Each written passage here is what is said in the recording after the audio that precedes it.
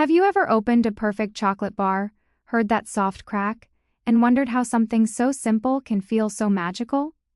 Today, we're going on a journey that starts far away from shiny wrappers and store shelves.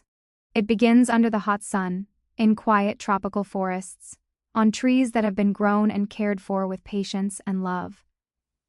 This is the story of chocolate, from cocoa bean to bar, a story of farmers, science, craft, and pure passion. Chocolate starts its life on cocoa farms, usually in warm regions close to the equator. Imagine huge green leaves swaying in the breeze, birds calling in the trees, and among them are cocoa trees covered with colorful pods.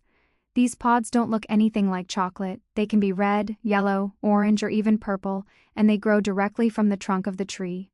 Inside each pod, hidden in sweet white pulp, are the cocoa beans, the true beginning of the chocolate we love.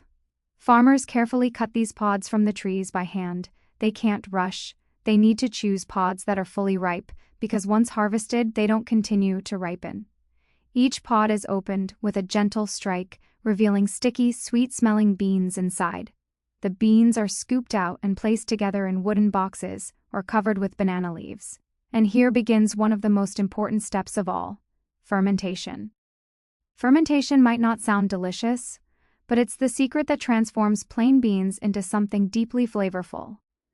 Over several days, natural yeasts and bacteria start reacting with the sugars around the beans. Heat builds, the color changes, and slowly the raw, bitter taste evolves into something richer and more complex. This is where future notes of fruit, nuts, caramel, and deep cocoa begin to form. Without fermentation, chocolate would taste dull, harsh, and lifeless. After fermentation comes drying.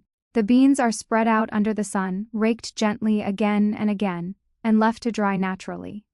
Farmers protect them from sudden rain or too much heat. This stage reduces moisture so the beans don't grow mold, and it locks in the flavor they worked so hard to create. Once the beans are fully dried, they are packed in bags and shipped across oceans to chocolate makers around the world. When the beans finally reach the chocolate factory, a new chapter begins. First, they are cleaned carefully to remove dust and any remaining debris. Then, they move to the roasting stage. This is where the entire building starts to fill with the warm, irresistible smell of chocolate.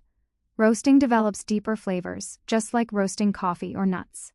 Each chocolate maker chooses different roasting times and temperatures depending on the type of bean and the taste they want to create. Slow and gentle roasting can bring out fruity, bright notes, while stronger roasting creates bold, intense, cocoa-heavy flavors. Once roasted, the outer shell of each bean becomes brittle. The beans are cracked open, and machines separate the light shells from the heavy centers. What remains are cocoa nibs, small, crunchy pieces that taste like pure chocolate, but without sweetness.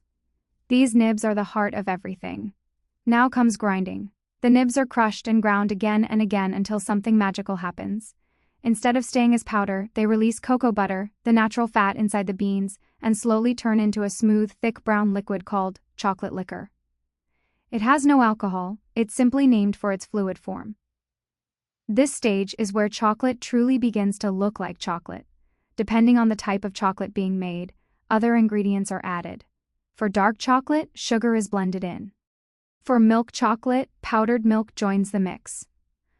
For white chocolate, only cocoa butter, sugar, and milk are used, no cocoa solids at all. Each choice affects the final taste, sweetness, texture, and aroma. But the journey isn't finished yet. The mixture must be refined to become silky and smooth. Machines roll and crush the chocolate until the particle size becomes so tiny that your tongue can no longer feel any graininess. That creamy melt in the mouth experience you love is created right here. Next comes conching, one of the most fascinating steps. The chocolate is slowly mixed, aerated, and gently heated for hours, sometimes even days. During this process, harsh acids evaporate, bitterness softens, and flavors become round, balanced, and harmonious. Conching is like letting chocolate breathe and relax, giving it time to evolve into something extraordinary. Many chocolate makers say this stage is where their true signature is formed. After conching, the chocolate is rich and delicious but still needs stability.